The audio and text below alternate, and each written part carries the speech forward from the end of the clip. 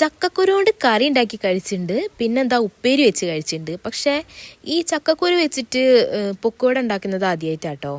അപ്പോൾ അതാ ഈ ഒരു റെസിപ്പി എനിക്ക് അമ്മ പറഞ്ഞു തന്നാട്ടോ. അമ്മ ഇങ്ങനെ വീഡിയോസ് കാണുന്ന സമയത്ത് മലപ്പുറം താത്ത എന്ന് പറഞ്ഞൊരു യൂട്യൂബ് ചാനലിൽ കണ്ടതാട്ടോ അത്.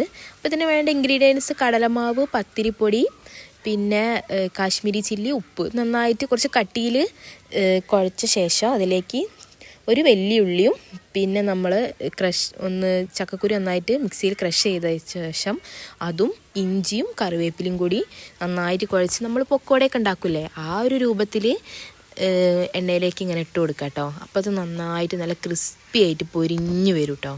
നല്ല ടേസ്റ്റാണ്, നല്ല മണം കേട്ടോ.